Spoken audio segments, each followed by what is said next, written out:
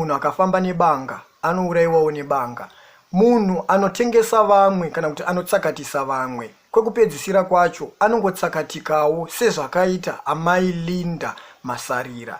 Amai Linda Masarira, sekuziva kwetinoita, vaidedzera ivo kuti mutungamiriri weopposition party yavo yavaitungamirira.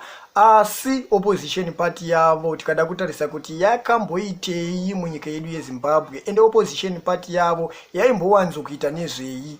Opposition party yaamai Linda Masarira yaiwanika nguva yekuvhota, nguva yema-elections, ndo pavaimhanya-mhanya vachida kuvhiringidza. Ndosaka maizonzwa paya pachinzi kune 50 mapresident aenda kunoregister vada kukambena kana kuti vada kucontesta, but panopera ma-elections mapresident yayo munomashaya. Munozongoona mairi vatatu ndo vanenge vakuda kumirira macitizens enyika yeZimbabwe. Vamwe vese avo vanenge vazadzisa zvido zvavo zvekuda kuvhiringidza kana kuti zvekuda kusplita mavhoti. Ndo zvinhu zvaitwa nevanhu vakaita sana Linda Masarira. Ma-elections apera zvekare, vanhu vakaita sana Linda Masarira taivaona vachifamba mumafunction ebato reZANU-PF vachitsigira zvinhu zvinenge zvichiitwa nebato reZANU-PF, vachiclasha zvekare zvinhu zvinenge zvichiitwa nema-opposition party munyika yedu, munyika yeZimbabwe. Asi tikada kutarisa zvekare tinoona kuti kutori nevamwe vanhu vanenge vachitsakatika vasiri kuzikanwa kuti vanenge vachiendepi. Vanhu ivavo tikada kutarisa vanhu vakaita sana Linda Masarira vamwe chete ivavo ndo vanhu vanenge vachimhanya vachinotora information vachinoirasira kuZANU-PF, because ivo vanenge vachitrustwa vachinzi vanhu veopposition.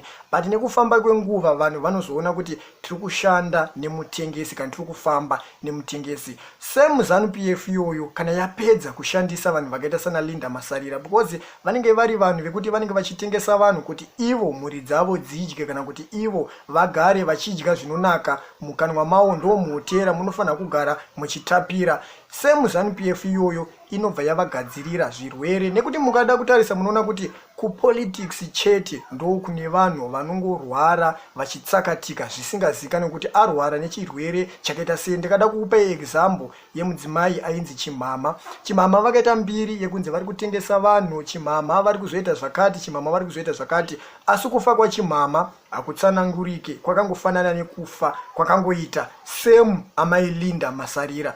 Zvinhu izvozvo tikada kuzvitsvaga kuti zvinenge zvichibva nepi, ende vanhu vanozouraya vanhu ivavo vanenge vari hanani, vanourayana pachavo vega vega, because iwewe ukashandiswa neZANU-PF ukaita mazisecrets eZANU-PF akawanda, kwekupedzisira kwacho inodzima iwewe, because inoziva kuti musi wetichazopesana kana kuti musi wetichatadza kuwirirana uchatifumura masecrets edu. Ukangowana mukana wekubuda muZimbabwe ukatiza ukaenda kune imwe nyika uchatanga kuvhura mafaira edu. Saka chekutanga chetinofanira kungoita kungogara takudzima, kungogara takunyaradza, takuzorodza kuti usabuditse information. Like tikada kutarisa zvekare tinoona kuti even Rutendo Matinyari chaiye taimuona aifamba achisupporta ZANU-PF achikurudzira zvinhu zvisina nebasa, asi nekuda kwekuti akazotadza kupiwa mari dzake nana kuda kwashita gwirei nana Whitney Chivayo vakapesana, akabuda muZimbabwe achimhanya akatanga zvekare kushoropodza varume vamwe chete ivavo, because akange anyimwa mari yake. Saka ndo zvinhu zvinogara zvaavoidwa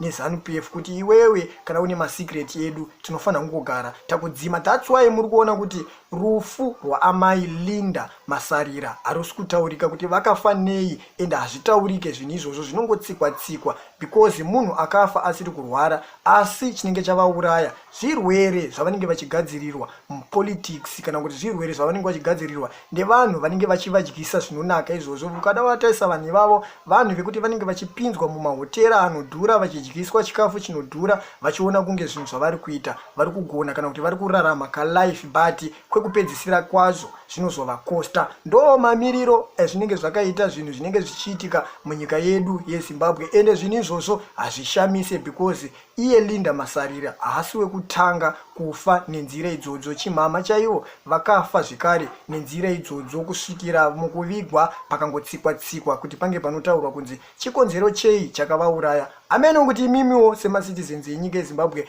munotiwo kudii nezvinhu zvinenge zvichiitika munyika yedu yeZimbabwe.